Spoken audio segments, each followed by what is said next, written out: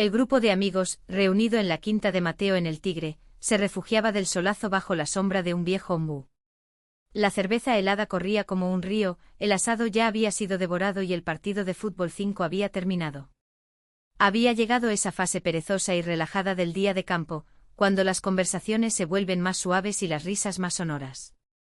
Yo, Rodrigo, estaba sentado en un sillón de mimbre.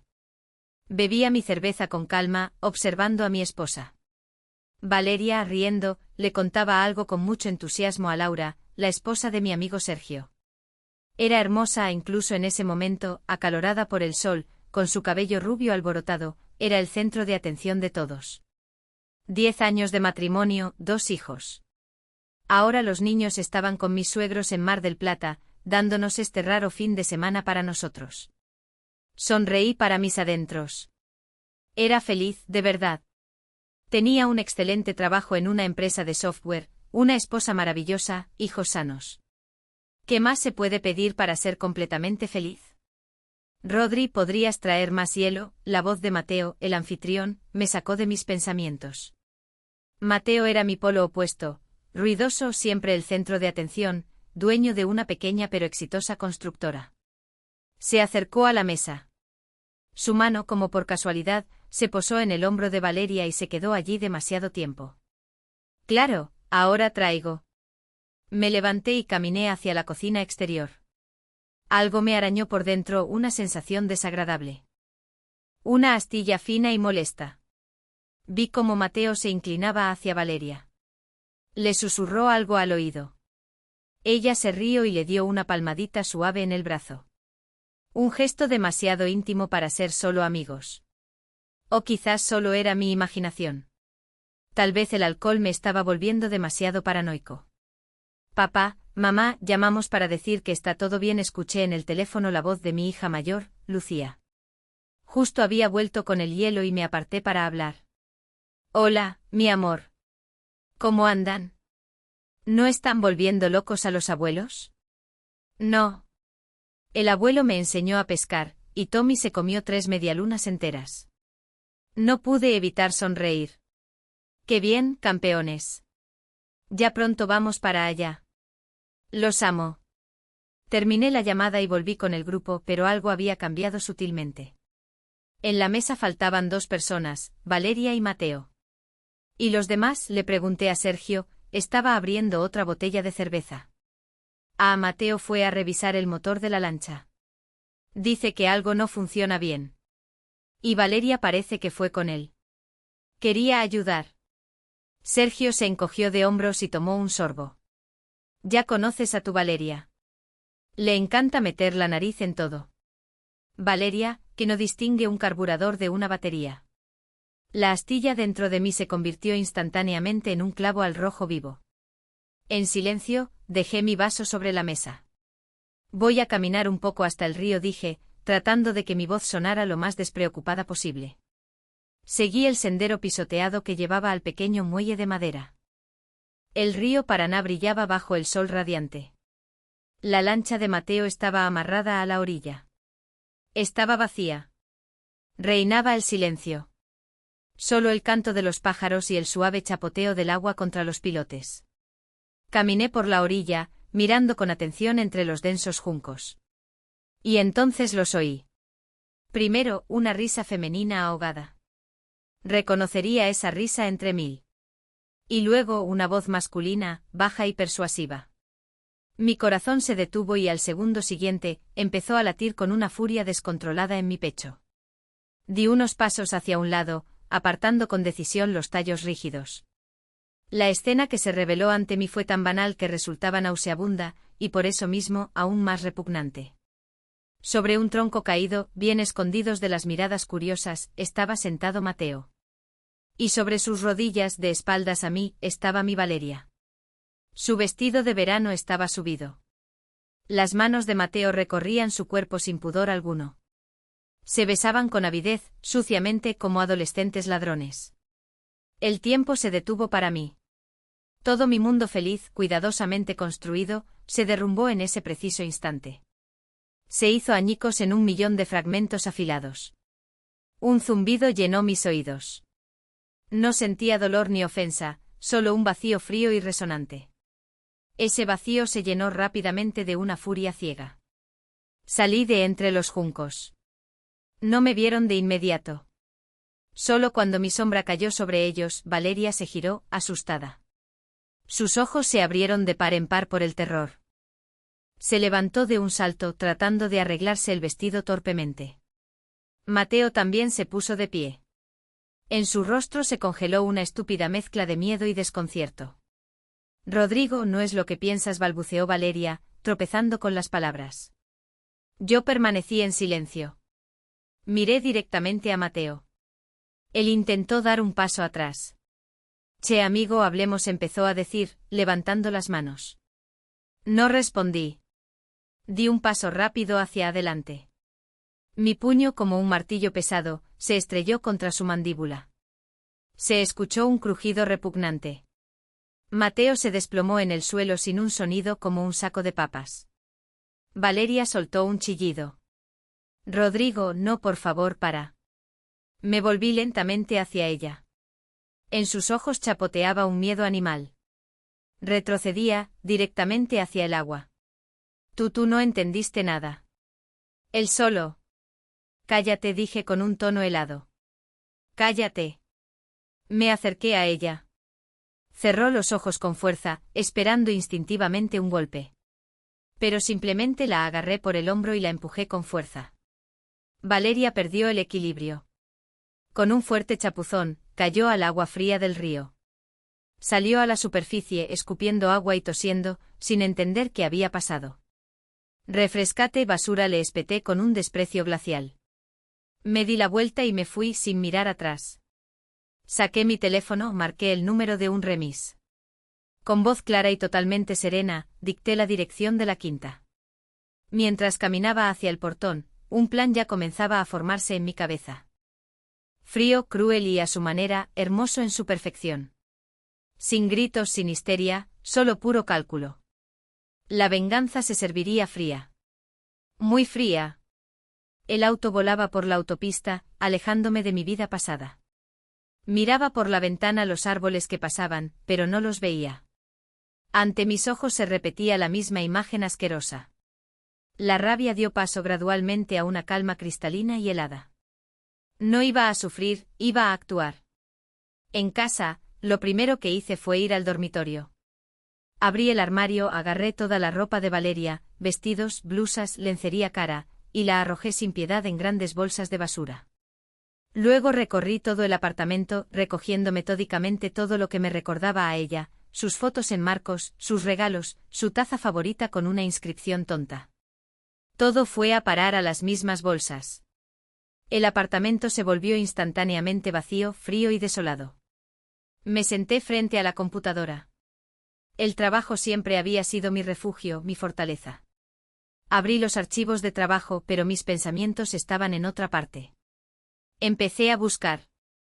Mateo a menudo se jactaba de su constructora, Construcciones del Sol. Escribí el nombre en el buscador, sitio web, reseñas, lista de proyectos. A primera vista todo parecía decente, pero yo era un especialista en sistemas de alta categoría.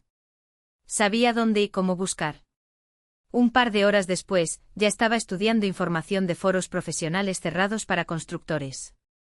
Analicé los informes financieros de la empresa, que se podían encontrar en acceso público si sabías cómo. El panorama que se dibujaba era muy interesante. Construcciones del Sol estaba construida sobre créditos de alto riesgo. Se mantenía a flote gracias a esquemas turbios con los proveedores.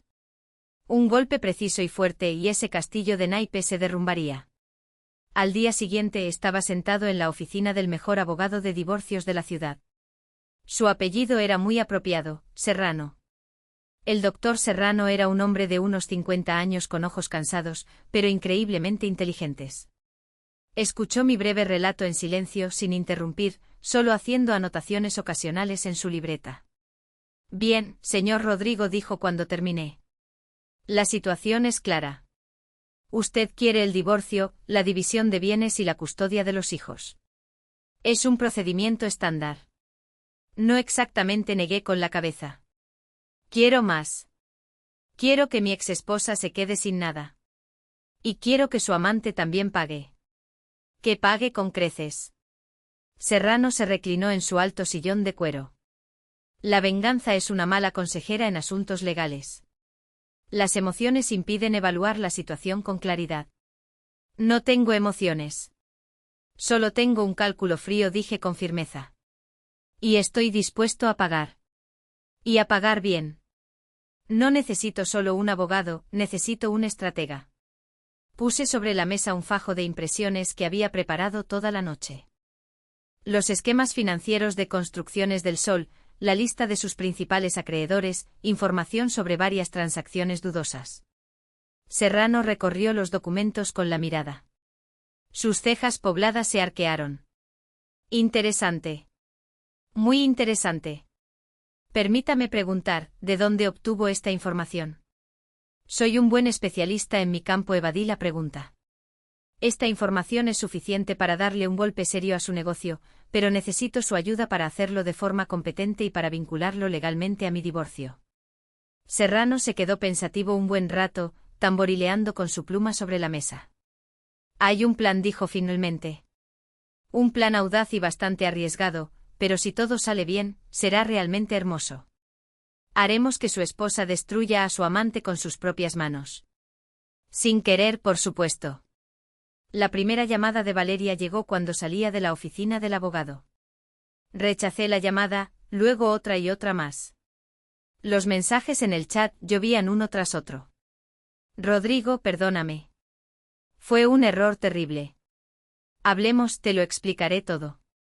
No los leí, los borraba al instante. Por la noche, como esperaba, sonó el teléfono. Era mi suegra, Ana María. Rodri, ¿qué pasó entre ustedes? Valeria llamó llorando a mares, dice que discutieron muy fuerte. No discutimos, Ana María. Nos divorciamos. De facto. De jure es solo cuestión de tiempo. ¿Cómo que se divorciaron? ¿Qué estás diciendo? ¿Por qué? Pregúntele a su hija. Que le cuente con detalles cómo ayudó a Mateo a arreglar el motor de su lancha. En mi voz no había ni una pizca de calidez. Un silencio pesado se apoderó de la línea. Mañana voy a buscar a los chicos. Empaqué las cosas de Valeria y las dejé afuera, en la puerta. Puede venir a buscarlas cuando le sea conveniente. Colgué. Sabía que ahora comenzaría una avalancha de llamadas. Llamarían sus amigas, amigos en común. Todos intentarían convencerme de que lo pensara mejor, de que no fuera tan drástico, de que perdonara. En silencio bloqueé todos los números desconocidos. Al día siguiente fui a buscar a mis hijos. Mi suegro, Carlos, me recibió en la puerta. Siempre había sido un hombre severo y de pocas palabras. Ya sé todo, dijo con voz ahogada, sin mirarme a los ojos. Hablé con mi hija. Qué vergüenza, qué deshonra. No tengo nada que decirle, Carlos. Lo entiendo todo. Solo me dan pena los chicos. Los chicos se quedan conmigo, yo me haré cargo de ellos. No lo dude. Valeria salió corriendo al porche con los ojos hinchados de llorar, desconcertada, patética. Rodrigo, por favor, dame una oportunidad. ¿Una oportunidad para qué? Para buscarte un nuevo amante mientras estoy en el trabajo, corté en seco. Tus cosas te esperan en la puerta de mi apartamento. Llévatelas y pedí el divorcio. Ah, y bloqueé todas nuestras cuentas conjuntas y tus tarjetas, así que te aconsejo que te apures. Pronto vas a necesitar mucho el dinero. Subí a los niños al auto y me fui. Sin mirar ni una vez por el espejo retrovisor. Valeria se quedó en el umbral de la casa de sus padres, aplastada y humillada. Estaba acostumbrada a una vida cómoda, al dinero de su marido, a una existencia sin preocupaciones, y ahora no tenía nada. Desesperada, llamó a Mateo. Mateo, soy yo. Valeria, ¿estás loca? ¿Por qué me llamas? Su voz era asustada y enojada. Él lo sabe todo. Me echó de casa. Bloqueó todas mis tarjetas. ¿Qué hago ahora? Tranquila, tranquila. Lo principal es que no entres en pánico. Mi esposa Andrea también sospecha algo. Anda más oscura que una nube de tormenta. No puedo exponerme ahora. Quédate un tiempo en lo de tus padres. Todo se calmará. ¿Calmarse? Está pidiendo el divorcio. Quiere quitarme a mis hijos. No te los va a quitar. La justicia siempre está del lado de la madre. Todo el mundo lo sabe. Cálmate. Ya se me ocurrirá algo, te lo prometo. Pero no se le ocurrió nada. Simplemente se escondió. Y Valeria se quedó sola. Sin dinero, sin apoyo, en casa de sus padres, donde la miraban con un reproche mudo y pesado. Pasó una semana. Yo, siguiendo estrictamente las instrucciones de Serrano, mantuve un perfil bajo. Me ocupaba de los niños, trabajaba mucho, preparaba los documentos para el juicio. Mientras tanto, Serrano tendía la trampa. Encontró a la persona adecuada, un ex investigador de delitos económicos que ahora se dedicaba a la consultoría privada. A través de él, contactaron a uno de los proveedores descontentos de Mateo, a quien le debía una suma importante y evitaba pagar a toda costa. El plan era simple y, a su manera, elegante. Le ofrecieron a Mateo un negocio de oro. Supuestamente un gran grupo inversor de Chile buscaba un contratista para construir un barrio cerrado de lujo cerca de la ciudad. Un proyecto de millones. Pero había una condición. Para demostrar su solvencia financiera, el contratista debía depositar un fondo de garantía del 20% del costo de la primera etapa. La suma era considerable. Superaba con creces todos los fondos disponibles de Construcciones del Sol. Mateo se aferró a esta oportunidad como un náufrago a una tabla. Un proyecto así no solo podría cubrir todas sus deudas, sino también llevar su empresa a un nivel completamente nuevo. Empezó a buscar dinero frenéticamente. Se metió en nuevos créditos, hipotecó propiedades, sacó hasta el último centavo del flujo de caja. Andrea, su esposa, se opuso categóricamente. Mateo, es demasiado arriesgado. No conocemos a esa gente. No hay reseñas de esa empresa. Fue registrada hace apenas un mes. Es una locura. Andrea, no te metas en lo que no te importa. Es la oportunidad de mi vida. ¿Querés quedarte toda la vida en este agujero? Nos voy a sacar adelante. Deja de ser una gallina y de estorbarme. Estaba cegado por la codicia y las perspectivas grandiosas. No vio las señales de alerta obvias. Todos los contactos con la firma chilena se hacían a través de un correo electrónico anónimo y tarjetas SIM descartables. No se molestó en verificar su reputación porque tenía pánico de espantar la buena suerte. Ya se veía a sí mismo como el dueño de un imperio de la construcción, no de una modesta oficina al borde de la quiebra. Mientras tanto comenzó el proceso de divorcio. Valeria, por consejo de su amiga sabelotodo Laura, contrató a un abogado barato. Era un joven de apellido Aguirre, que presumía más de su diploma que de su experiencia real. Valeria, te caso está ganado, declaró Aguirre con confianza en su pequeña oficina. Vamos a presionar con que usted es la víctima. Una madre de 2 hijos a la que un marido déspota echó a la calle. Exigiremos la mitad de todo, una parte de su empresa y una cuota alimentaria que lo haga aullar. Lo importante es llorar mucho en el tribunal. A los jueces les encanta eso. Valeria, aferrándose a esa esperanza fantasmal como a un salvavidas, aceptó. No entendía que esa estrategia era la más perdedora de todas. La primera audiencia fue una farsa. Señoría, mi marido es un verdadero tirano, clamaba Valeria, retorciéndose las manos, exactamente como le había enseñado Aguirre. Me humilló durante años, y ahora me echó de casa, dejándome sin un centavo. Me privó de cualquier medio de subsistencia. Serrano, mi abogado, esperó tranquilamente a que terminara su tirada emocional. Luego se levantó y con frialdad y metódicamente, punto por punto, comenzó a desmantelar su testimonio. Presentó al tribunal los extractos de las cuentas bloqueadas, en las que había sumas suficientes para vivir cómodamente durante varios años. Mostró recibos y facturas que demostraban que yo no solo pagaba íntegramente la manutención de los niños, una costosa escuela privada y numerosas actividades extraescolares, sino que también había transferido una suma considerable a la cuenta de mi suegra para gastos imprevistos de los nietos. Señoría, la voz de Serrano sonaba firme y contundente. Mi cliente, el señor Beltrán, se está comportando de manera más que digna. Está dispuesto a dejarle a su exesposa el apartamento de 3 ambientes en el que vivían. Pero la señora Valeria, instigada, evidentemente, por un representante incompetente, exige una participación en un negocio a cuya creación y desarrollo no tiene la más mínima relación. Es más, tenemos serias razones para creer que la verdadera causa del divorcio fue su infidelidad conyugal.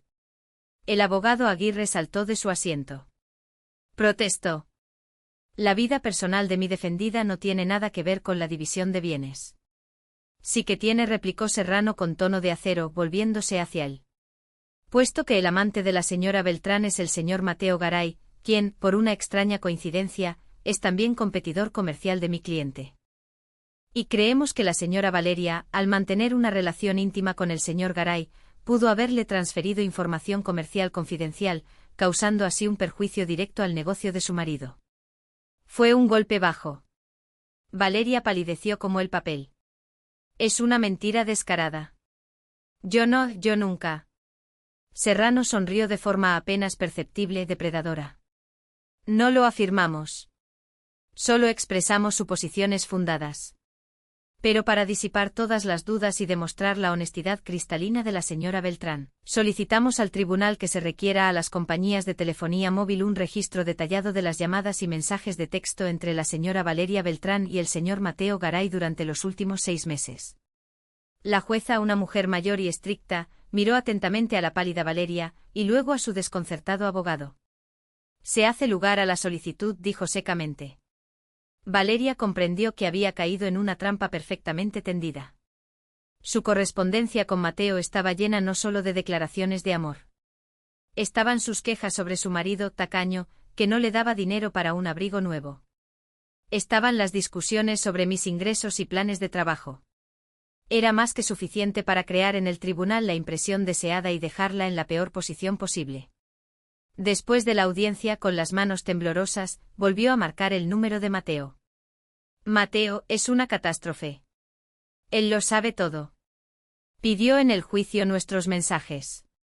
¿Qué mensajes? ¿De qué estás hablando? Siseó Mateo, tenso y furioso, por el teléfono. Todos, de los últimos 6 meses. Me acusa de pasarte información sobre su negocio.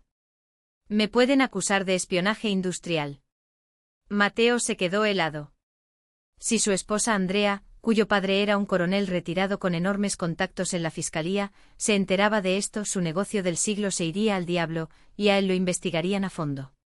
Valeria, escúchame bien y no te atrevas a llamarme más Siseo. Decí que perdiste el teléfono. Decí que te hackearon la cuenta. Inventa lo que sea. No tengo tiempo para vos. Tengo millones en juego. Arréglate sola con tus problemas. Colgó. Valeria se quedó de pie en medio del resonante pasillo del tribunal, completamente destrozada. Se dio cuenta de que había sido utilizada cínicamente y desechada por ambos hombres, uno para una venganza sofisticada, el otro para un entretenimiento momentáneo. Y ahora estaba sola contra todos. Mateo reunió el dinero para el fondo de garantía. Raspó hasta el último centavo. Se endeudó con gente muy seria a intereses altísimos. Transfirió la suma completa a la cuenta indicada, y la firma chilena se evaporó como la niebla matutina. El sitio web dejó de funcionar. Los teléfonos estaban desconectados. Mateo comprendió que lo habían estafado, de forma cruel y profesional. Se quedó varias horas en su oficina, mirando fijamente la pared. Luego empezó a moverse como una fiera enjaulada, derribando sillas. Los acreedores ya le volaban el teléfono. En la recepción esperaban 2 hombres de aspecto sombrío, enviados por uno de sus nuevos inversores. Su negocio no solo se estaba derrumbando, se precipitaba a un abismo. Y en ese momento, la puerta de la oficina se abrió silenciosamente. Entró su esposa Andrea, tranquila, elegante, con ojos de hielo. En sus manos sostenía una delgada carpeta. ¿Qué más querés?, gruñó él sin mirarla. Vine a despedirme, Mateo. Su voz era tranquila y fría como el acero. Y a dejarte esto de recuerdo. Dejó la carpeta sobre el escritorio. Aquí hay una copia de la solicitud del tribunal en el caso Beltrán. Aquí está el detalle de tus llamadas y mensajes con una tal Valeria Beltrán. Una lectura muy educativa, ¿sabes? Y esto dejó otra pila de papeles, son impresiones de foros cerrados sobre tus geniales esquemas de negocio y tus numerosas deudas. Mi padre, como sabes, tiene buenos amigos. Le ayudaron a recopilar esta información. Lo miró directamente a los ojos. Pido el divorcio y la división de bienes. O más bien, de lo que queda. Estás en bancarrota, Mateo, moral y financieramente. Y ya no sos mi marido. Adiós. Se fue cerrando silenciosamente la puerta tras de sí, y Mateo se quedó sentado entre los escombros de su vida. Comprendió que era el final. Total y definitivo. Ese mismo día tuvo lugar la audiencia final del divorcio entre Valeria y yo. Valeria, rota, apática, con la mirada apagada, despidió a su incompetente abogado. Aceptó sin protestar todas mis condiciones. El apartamento se lo quedó ella, pero con una hipoteca sin derecho a venta hasta la mayoría de edad del hijo menor. Los hijos se quedaron a vivir conmigo con derecho de visita para la madre en un horario estrictamente acordado. La cuota alimentaria que ella debía pagar era mínima, ya que oficialmente no tenía trabajo. Cuando la jueza anunció la decisión, salí de la sala. No sentí ni alegría ni satisfacción, solo un cansancio enorme y absorbente y un gran vacío. Había hecho lo que tenía que hacer. Había protegido a mis hijos, mi futuro y mi dignidad. Me encontré con Valeria en el pasillo desierto. Se veía patética y envejecida. ¿Por qué tan cruel, Rodri?, preguntó en voz baja y ronca. Podríamos habernos divorciado y ya. Me detuve y la miré con una mirada larga, fría y escrutadora. ¿Cruel? ¿A eso le llamas crueldad? ¿Y traicionar a la persona que confiaba ciegamente en vos, que durante 10 años te consideró su familia, eso no es cruel? ¿Destruir el mundo de tus propios hijos por una sucia aventura con el marido de tu amiga? Eso no es cruel. Hice una pausa, y mi voz se volvió aún más baja y firme. Vos elegiste este camino, Valeria. En ese preciso momento, entre esos juncos. No me traicionaste a mí, traicionaste a nuestra familia, a nuestros hijos, a todo nuestro pasado. Mateo recibió su merecido por su codicia y estupidez, y vos por tu traición. Cada uno recibió exactamente lo que se merecía. Y no te atrevas a culparme a mí por esto. Adiós. Me fui sin mirar atrás, marcando el paso por el resonante pasillo, lejos de mi vida pasada, para siempre. Pasaron 2 años. Nunca volví a casarme. Me dediqué por completo a mis hijos y a mi trabajo. Mi empresa de software alcanzó nivel internacional. Fui un padre excelente. Sabía todo.